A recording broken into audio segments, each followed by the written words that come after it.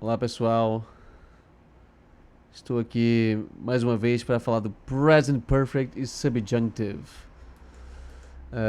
O Present Perfect é um tempo verbal que causa muita confusão nas pessoas porque ele de fato não existe no português, né?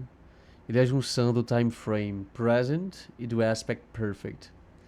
Ele foi inventado para tratar de três, digamos assim, situações específicas da língua que sim ocorre no português também, mas resolvemos não representar isso de forma linguística, né? Mas o inglês sim. Então, como sempre, né, vai haver uma vantagem de um lado, uma desvantagem do outro para todos os idiomas, né? Vejamos que condições são essas, né? Vamos ver essa história aqui. Suponha uma situação em que o locutor de luta deseja informar o público que o lutador X perdeu porque saiu da arena. Ele diz: o lutador X deixou a arena. Como é que seria isso em inglês, né? Ele vai dizer: The fighter X has left the arena. Né? Por que usar o has left e não apenas o left? É uma coisa muito interessante, né? Ele não tem a intenção de falar algo tão óbvio assim. Na verdade, todo o público lá da arena viu que o lutador saiu da arena. Então, o locutor, apesar de ter a função de dizer que algo aconteceu, né? Descrever a situação que está acontecendo lá na frente, não seria relevante ele simplesmente anunciar isso. Mas na verdade, ele está chamando a atenção para um outro fato que é atrelado ao fato de um lutador sair. O uso do present perfect é essencial, pois a intenção do locutor foi nos informar, né, ou lembrar da seguinte condição, né? Nesse caso específico aí, o lutador que sai da arena perde a luta. Né? The fighter who leaves the arena loses the fight. Lembre-se lá das condicionais, né? Que isso aí é uma lei para esse tipo de luta aí, né? Então, quando ele anuncia The Fighter X has left the arena, ele está simplesmente dizendo o óbvio que ele saiu da arena. Não, ele perdeu a luta. Né? Então perceba, existe um fato presente, o lutador X não tem mais condições de lutar, ou não está mais habilitado a lutar, porque ele perdeu a luta. Então o Present Perfect ele foi inventado para representar um fato do passado que causa algo no presente. Ele é uma razão suficiente para justificar um fato presente. Então, o lutador é X, né? Ele está inapto para continuar lutando. Isso é um fato presente do Simple Present, porque algo do passado gerou isso. Perceba o seguinte: não importa de que horas ele caiu.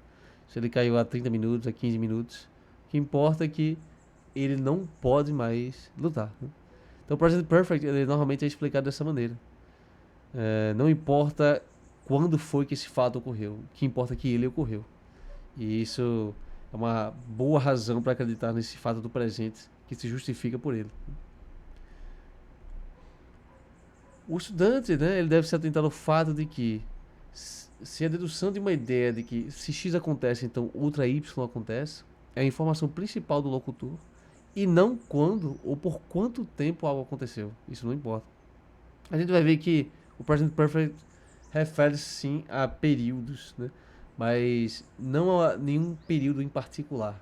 Por exemplo, eu trabalhei por 10 anos como professor de inglês, né? Mas perceba que eu não falei o ano de origem, eu não disse que foi de 2010 a 2020, eu disse que foi de 2009 a 2019. Né? Então, enquanto você não aloca a situação dentro de um tempo específico, particular, de interesse do interlocutor, isso aí seria o present perfect. Né? Então, ele deve ser capaz de entender por que o present perfect foi usado, né? Pois essa é a intenção desse tempo verbal. Né? Mostra que o evento ou as condições para que ele ocorra são mais importantes do que o período em que ocorreu. Então, por exemplo, perguntas que envolvam a double-edged question, onde, né? Where, ou who, ou whose, ou seja, qualquer double-edged question que não se refira a when, que é literalmente quando, você está condicionado a fazer essa pergunta no present perfect, caso refira-se a uma ação que remeta ao passado, principalmente no português, né? E a gente diria assim, né? The bomb has been launched over Japan.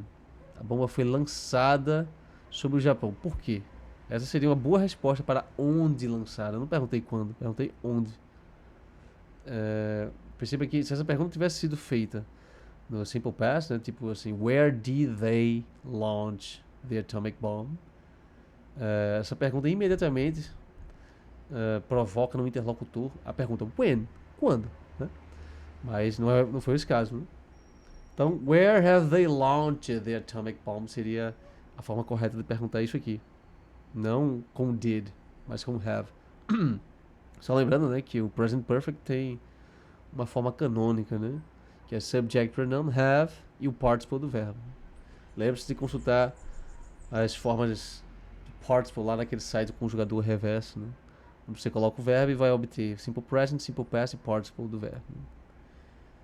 Uma outra situação interessante que te obriga a usar um present perfect são os casos em que, mesmo se você quisesse dizer quando, você não conseguiria. Por exemplo, os casos em que uma criança cresce, por exemplo. Né? Você diria assim, né?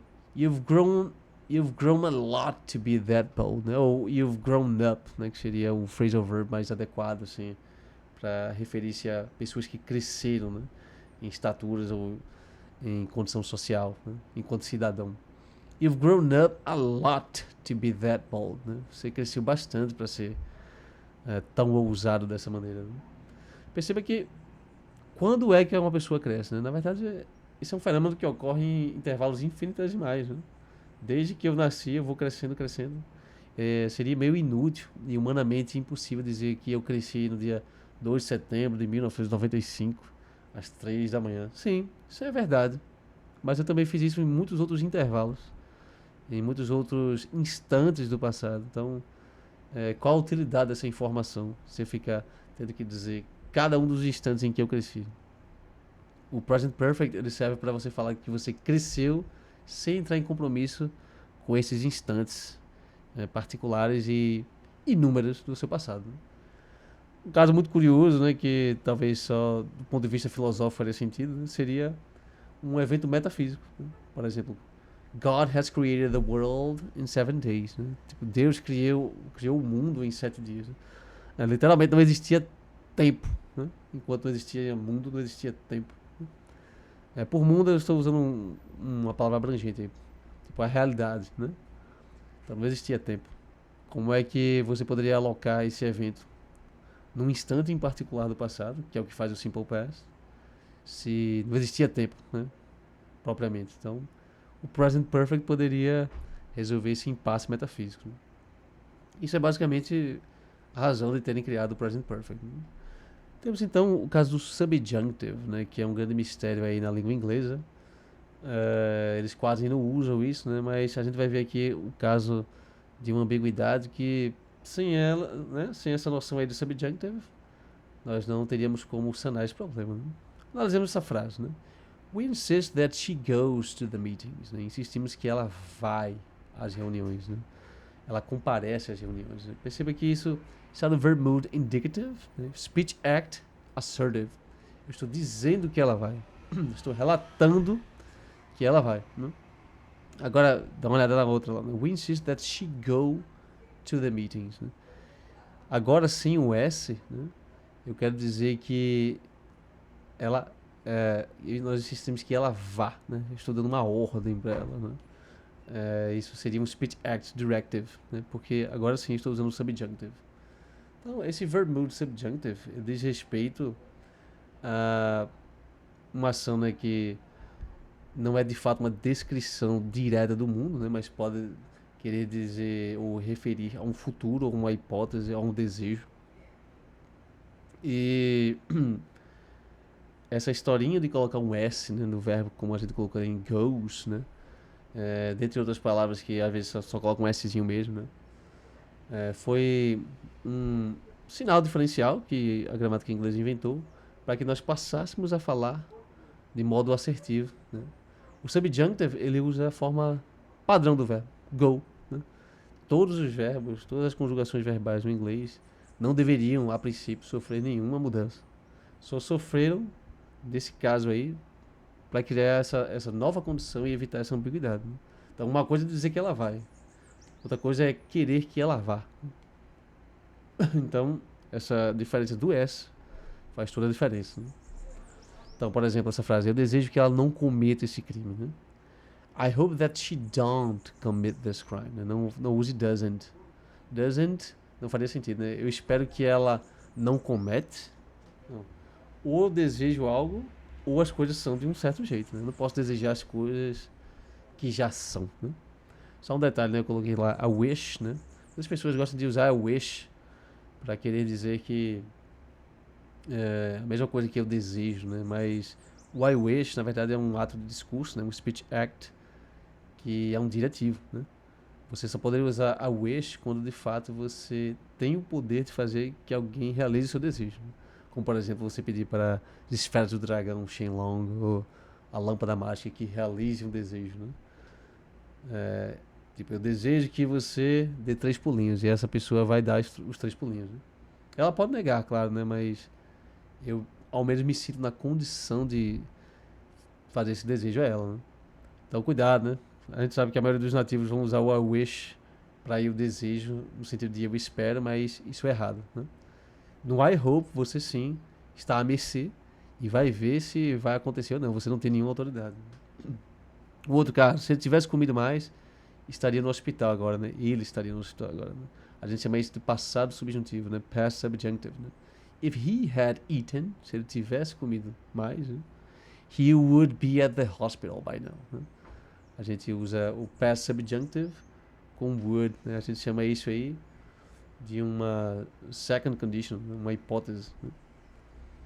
E é bom que ela pare de me irritar, né? It's good, ou that'll be good, that she stop irritating me, né? Não coloque she stops, that she stop, porque eu quero, né? Isso é algo que tá para acontecer. Não é algo que, que é um fato, né? Mas é um desejo meu, né? Valeu, galera, era só isso mesmo. Lembrando que essas noções aí são de fato bem raras no uso da fala, mas creio que numa avaliação séria de escrita, né, vocês poderiam de fato usar essas noções para, não sei, talvez impressionar um avaliador, ou mesmo caso você queira ter uma real precisão na linguagem que você queira usar, você tem de fato ferramentas na língua inglesa que são mais interessantes do que a própria língua portuguesa, né? Eu mesmo, como filósofo, às vezes prefiro escrever na língua inglesa por causa dessas peculiaridades que me permitem me expressar de uma forma mais precisa. Então é isso, dá um joinha aí, compartilha com seus amigos e vamos partir para a próxima agora. Valeu!